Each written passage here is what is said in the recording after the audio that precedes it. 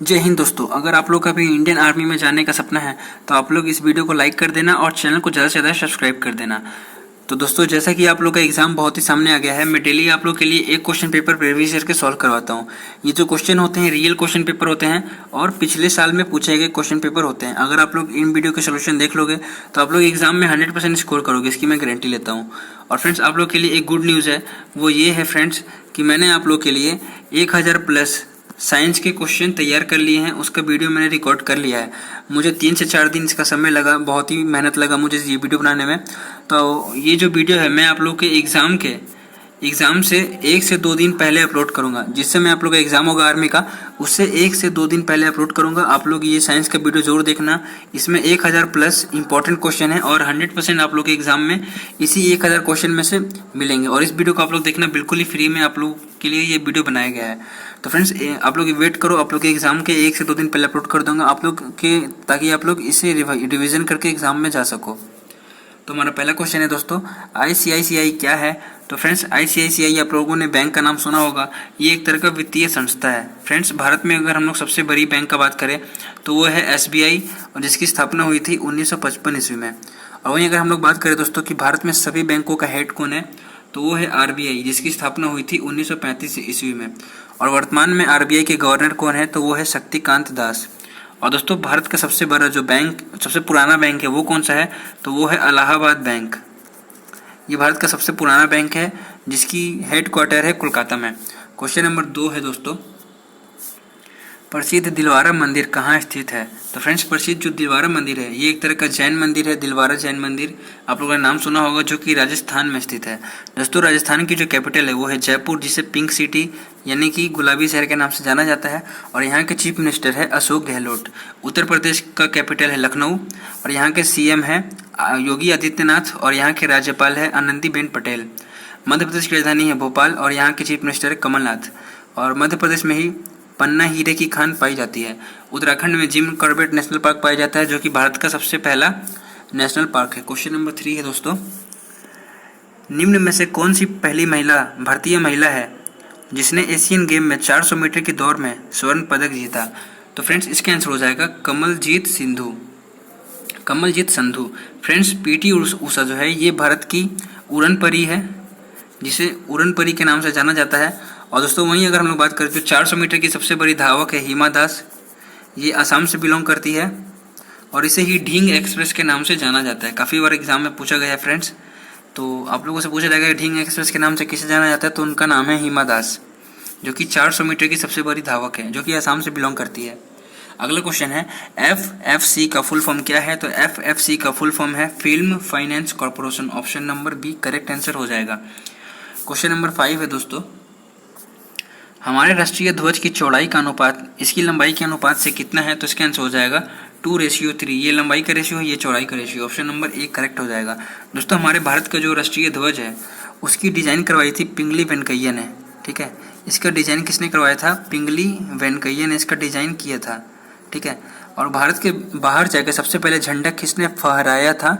तो दोस्तों, भारत के बाहर में सबसे पहले झंडा फहराया था भीकाजी कामा ने। ये मेरे एग्जाम में पूछा गया था, इसलिए मैंने आप लोगों को बता दिया। आप लोग के भी एग्जाम में पूछा जा सकता है। क्वेश्चन नंबर 6 है दोस्तों, कॉपर को कॉपर सल्फेट से पुनः प्राप्त करने के लिए कौन सी धातु का प्रयोग किया जाता है?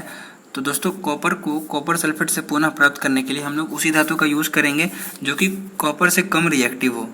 ठीक है, यानी कि कम क्रियाशील हो। तो दोस्तों देखिए, सोडियम हो गया, सोडियम, पोटेशियम, लिथियम, ये सभी जो है sodium, potassium, lithium, magnesium, calcium, ये सभी अल्कली मेटल है। ठीक है, ये सभी जो है अल्कली धातु है। क्योंकि देखिए दोस्तों, जो भी अल्कली धातु होता है वो पानी के साथ रिएक्शन करता है और हाइड्रोक्साइड यानी कि OH- उत्पन्न करता है। ठीक है, हाइड्रोक्साइड यानी कि दोस्तों देखिए, ये जो अल्कली मेटल है ये सभी कॉपर सल्फेट के साथ रिएक्शन करके कॉपर हाइड्रोक्साइड बनाएगा। तो इसका आंसर सोडियम होगा नहीं, मैग्नीशियम भी होगा नहीं।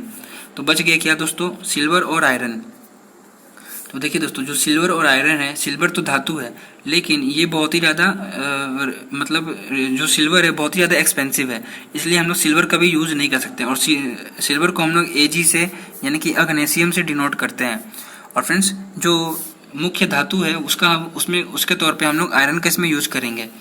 ठीक है। और भी आयरन के साथ साथ जो जिंक होता है, और साथ में ही जिंक के साथ में ही एक और है एल्युमिनियम, इन तीनों का हम लोग यूज़ कर सकते हैं क्योंकि ये तीनों बहुत ही कम रिएक्टिव होते हैं। और बाकी जो सोडियम हो गया, मैग्नीशियम हो गया, ये सभी एल्कली धातु है और ये सभी बहुत ही रेयर है और बहुत ही ज़्यादा ये मतलब एक्सपेंसिव है, तो इसलिए इसका हम लोग यूज़ नहीं कर सकते। क्वेश्चन नंबर 7 देखते हैं दोस्तों।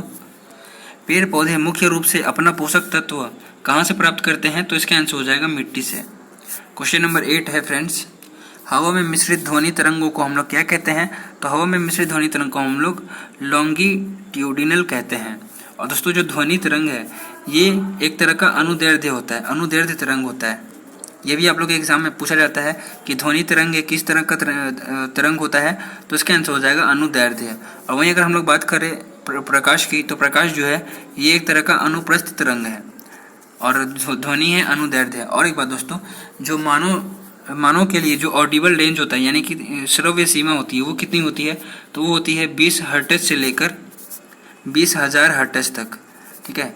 यानी कि इससे कम या बेसी की साउंड इंसान नहीं सुन सकता। और दोस्तों जो 20,000 हर्ट्ज से ज़्यादा होती है उसे हम लोग अपश्रव्य कहते हैं, जिसे चमगादड़ या फिर कुत्ते, बिल्ली, जानवर ये सब सुन सकते हैं। अगला क्वेश्चन है क्वेश्चन नंबर 9।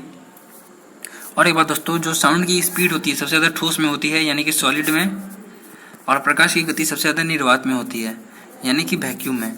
आप लोग इसको याद कर लेना। क्वेश्चन नंबर 9 है, निम्न में से पेंसिल में कौन सा तत्व उपयोग किया जाता है? तो इसका आंसर हो जाएगा ग्रेफाइट। अगला क्वेश्चन दोस्तों, ग्रेफाइट जो है ये कार्बन का रूप है। पानी में अधिकतम घुलनशील पदार्थ का यूज कौन सा होता है? तो फ्रेंड्स पानी में जो अधिकतम घुलनशील पदार्थ है इन चारों ऑप्शन में, तो इसका आंसर हो जाएगा चीनी। दोस्तों जो सल्फर एक प्रकार का गैस है जिसकी परमाणु संख्या है 16। कपूर जो है ये एक तरह का मतलब एक चीज़ है जिसका ऊर्ध्वपातन में इसका यूज होता है। जैसे कि देखिए दोस्तों, जो कपूर है ये ठोस से डायरेक्ट गैस में कन्वर्ट हो जाता है, इसका ऊर्ध्वपातन होता है। और नमक तो आप लोग जानते हैं NaCl, सोडियम क्लोराइड। और यहाँ से दोस्तों मैथ का क्वेश्चन स्टार्ट होता है क्वेश्चन नंबर 11 से। यदि किन्हीं 20 वस्तुओं का मूल्य बराबर है x का और इस पर लाभ प्रतिशत है 25%, तो x का मान ज्ञात कीजिए। तो फ्रेंड्स हम लोग मान लिए x का मान हो गया 100। तो फ्रेंड्स 20 वस्तु का दाम कितना होगा? 20 गुना 100 यानी कि 2000। तो फ्रेंड्स 20 वस्तु का दाम हो गया 2000 और इस पर 25% का फायदा है, तो नीचे में 125% कर देंगे, काट देंगे, तो कितना में जाएगा? 16। इसका आंसर हो जाएगा ऑप्शन नंबर ए। काफ़ी इजी क्वेश्चन था। अगला क्वेश्चन है क्वेश्चन नंबर 12। एक फल विक्रेता के पास कुछ सेव था, वह 40% सेव बेच देता है, फिर भी उसके पास 420 सेव बच जाता है। तो फल विक्रेता के पास पहले कुल कितना सेव था? तो फ्रेंड्स उस विक्रेता ने 40% सेव बेच दिया तो कुल 60% बचा। 60% जो सेव है वो बता रहा है बराबर है आपका 420 का, तो काटो को टिक कर लेंगे, 0 से 0 गया और 6 से गया आपका ये 7 बन, यानी कि 1% सेव है वो 7 फल के बराबर है, तो कुल 100% सेव कितना हो जाएगा? 700 के बराबर। Option number C. अगला क्वेश्चन है क्वेश्चन नंबर 13। यदि 2994 बटा में 114.5 इज इक्वल टू 172 है, तो फ्रेंड्स हम लोग यहाँ पे दिया हुआ है पहले से, तो हम लोग पॉइंट को हटाएंगे यहाँ, तो ऊपर में एक 0 बटा देंगे, यानी कि कुल क्या निकल के आया दोस्तों? 29,940। 29,940 बटा 145 होता है आपका 172। तो हम लोग को निकालना है 29.94 बटा 1.45 कितना होगा? देखिए दोस्तों यहाँ पे भी पॉइंट के बाद 2 अक्षर है, यहाँ भी पॉइंट के बाद में 2 अक्षर है, तो पॉइंट कट गया, तो अभी ओवरऑल क्या आया? 2994 बटा 145, ठीक है। तो फ्रेंड्स यहाँ पे देखिए क्या था, पहला वाला में क्या था?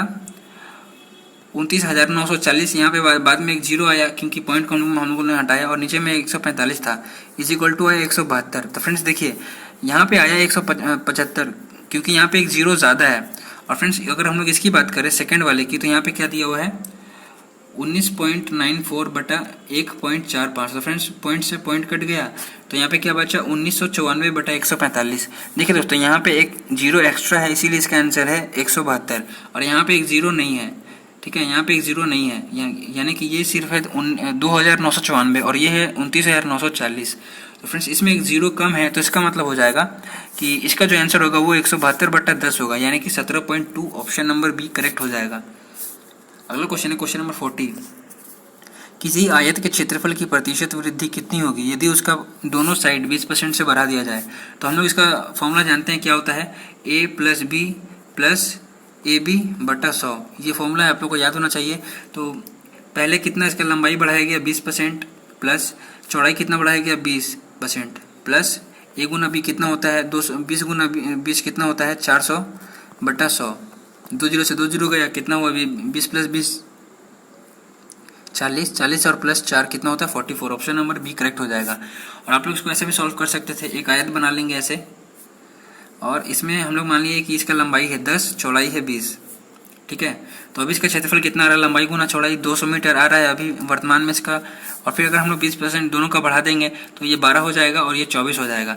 तो फ्रेंड्स 12 गुना 24 कितना होता है, तो वो होता है आपका 24 गुना 10 240 और 44 228 288 होता है फ्रेंड्स।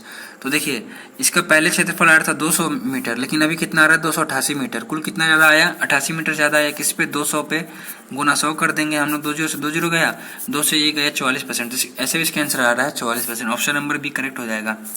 क्वेश्चन नंबर 15 है दोस्तों, एक ट्रेन रेलवे स्टेशन के प्लेटफॉर्म से 36 सेकंड में गुजरती है और प्लेटफॉर्म पर खड़े एक व्यक्ति को 20 सेकंड में गुजरती है, यानी कि काटती है एक व्यक्ति को। तो यदि ट्रेन की स्पीड है 54 किलोमीटर पर आवर, तो उस ट्रेन की लंबाई कितनी होगी। तो इसमें सबसे पहले आप लोग को निकालने आना चाहिए कि किसी भी जो किलोमीटर दिया रहता है स्पीड, उसको हम लोग मीटर पर सेकंड में बदलने के लिए 5/18 का यूज़ करते हैं। क्यों करते हैं मैं आपको बता रहा हूँ। देखिए 1 किलोमीटर में 1000 मीटर होता है और 1 घंटे में 3600 सेकंड होता है। तो हम लोग काट लेंगे, 2 जीरो से 2 जीरो गया, 2 से ये गया 18 बार में, 2 से ये गया 5 बार में, आया ना 5/18। तो इसलिए हम लोग 5/18 का यूज़ करते हैं। तो हम लोग यहाँ पे क्या करेंगे, सबसे पहले यहाँ पे देखिए क्या लिखा है, एक ट्रेन रेलवे स्टेशन के प्लेटफॉर्म से 36 सेकंड में गुजरती है। यानी कि दोस्तों जो ट्रेन की पूरी लंबाई हुई, यानी कि ट्रेन अपनी लंबाई प्लस प्लेटफॉर्म की लंबाई को पार करने में 36 सेकंड लगाता है।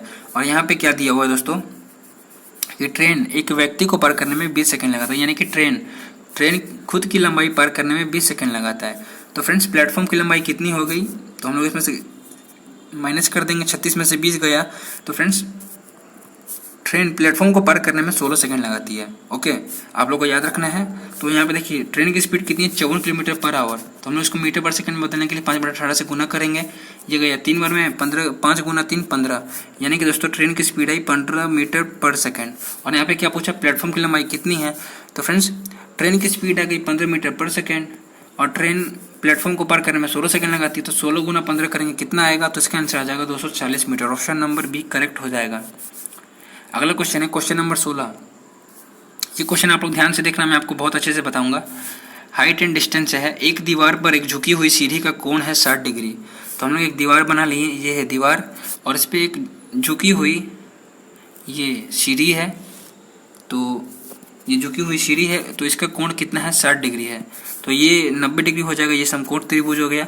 और ये हो गया आपका 30 डिग्री, क्योंकि ये 90 है ये 60 है, तो ये ऑब्वियसली 30 डिग्री होगा। फ्रेंड्स हाइट एंड डिस्टेंस में 90 के सामने वाली भुजा 2 होती है, 60 डिग्री के सामने वाली भुजा √3 होती है और 30 डिग्री के सामने वाली भुजा 1 होती है। ठीक है, आप लोग इसको हमेशा याद रखना। तो फ्रेंड्स यहाँ पे क्या दिया हुआ है कि सीढ़ी दीवार से 4.6 मीटर दूर पर स्थित है। यानी कि दोस्तों ये जो सीढ़ी है ये वाला, ये और ये दीवार है ये वाला, तो इन दोनों के बीच का जो डिस्टेंस दिया है ये 4.6 मीटर दिया है फ्रेंड्स। तो यहाँ पे आप लोगों को पूछा है कि सीढ़ी का लंबाई ये वाला कितना हो जाएगा ये। तो फ्रेंड्स देखिए यहाँ पे 1 यूनिट था, 30 डिग्री के सामने 1 यूनिट होता है, तो 1 यूनिट बराबर 4.6 है। तो यहाँ पे तो 2 यूनिट है, 90 के सामने 2 यूनिट होता है, तो 2 यूनिट कितना हो जाएगा 4.6 गुना 2 9.2 metre. Option number B correct हो जाएगा। और एक बात दोस्तों, जैसे कि मैंने आप लोगों को बता दिया अभी, आप लोग इसको स्क्रीनशॉट ले लो कि ये अगर 60 डिग्री है, ये 30 डिग्री है और ये 90 डिग्री है। तो फ्रेंड्स 90 डिग्री के सामने वाला 2 होता है, 30 डिग्री के सामने वाला 1 होता है और 60 डिग्री के सामने वाला √3 होता है। ये शॉर्ट ट्रिक है।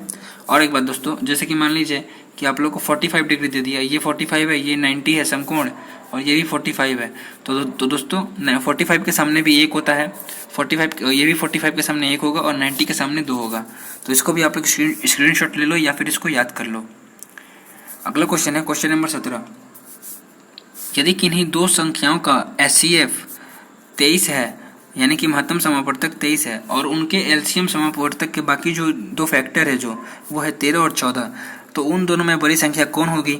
तो दोस्तों इसका जो HCF है यानी कि महत्तम समापवर्धक, वो 23 दिया है, और उसका जो जो दो फैक्टर दिया है 13 और 14, इन दोनों में से बड़ी संख्या को ज्ञात करनी है। तो हम लोग बड़ी संख्या ज्ञात करनी है, तो इसमें 13 का कोई काम नहीं है। हम लोग क्या करेंगे, 23 गुना 14 कर देंगे, क्योंकि हम लोग को बड़ी संख्या निकालनी है, छोटी नहीं।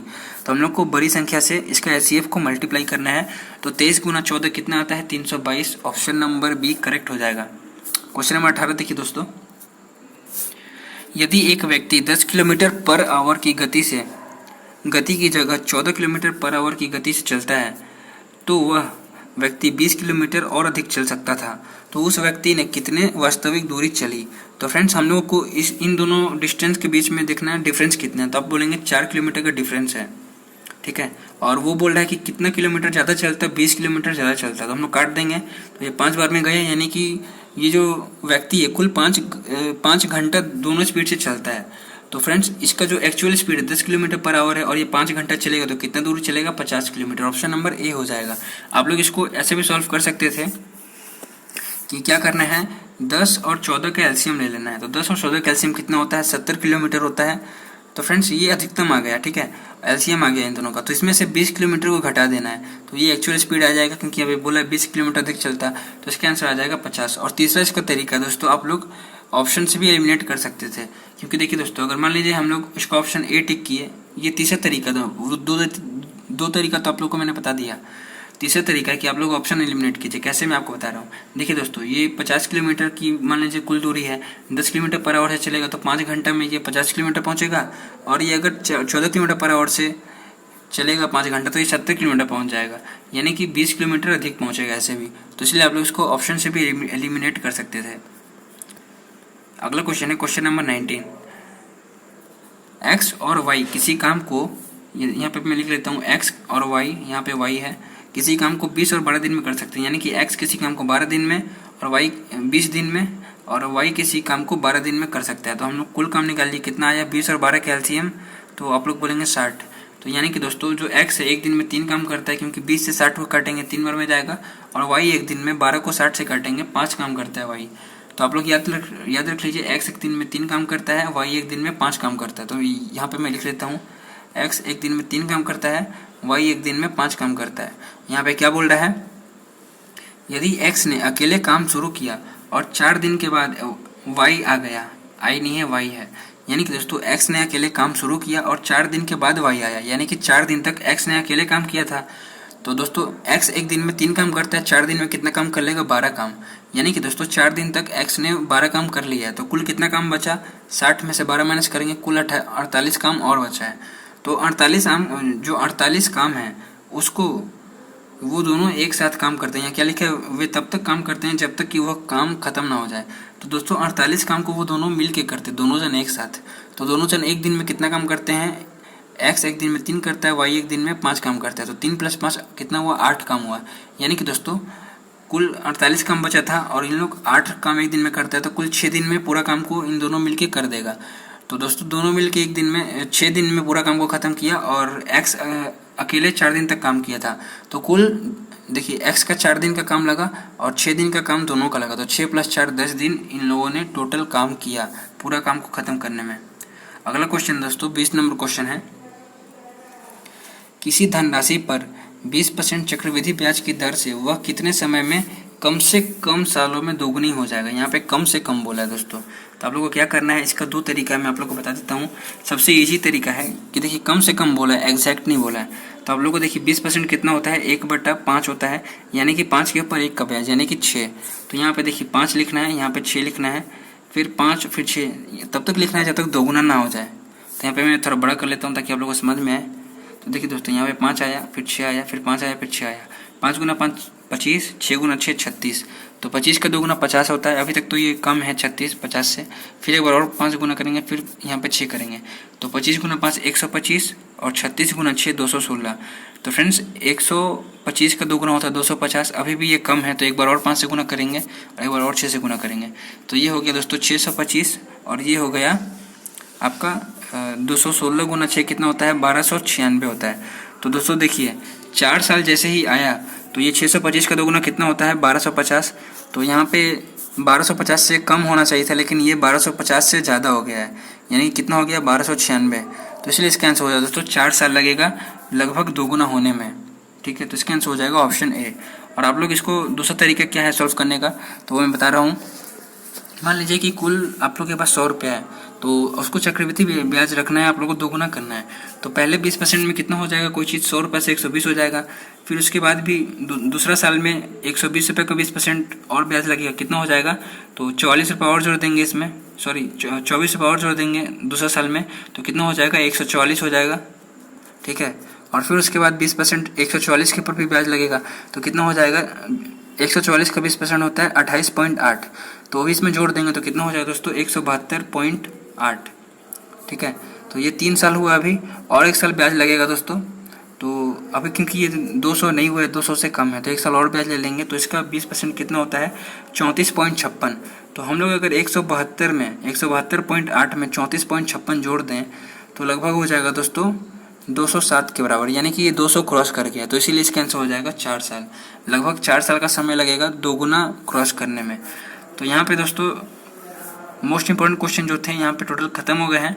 यहाँ से कंप्यूटर के क्वेश्चन स्टार्ट होते हैं, जो कि आप लोग के लिए इंपॉर्टेंट नहीं है, जीडी वालों के लिए। तो आप लोगों को वीडियो पसंद आया तो जरूर लाइक कर देना, और चैनल पे नए आए हैं तो आप लोग सब्सक्राइब जरूर कर देना। और आप लोग उस साइंस की वीडियो कब चाहते हो वो भी आप लोग कमेंट करके बोल देना कि मैं अभी अपलोड कर दूँ या फिर उसको एग्ज़ाम के समय अपलोड करूँगा। तो आप लोग वीडियो देखने के लिए थैंक यू, मिलते हैं नेक्स्ट वीडियो में, तब तक के लिए बाय बाय, टेक केयर।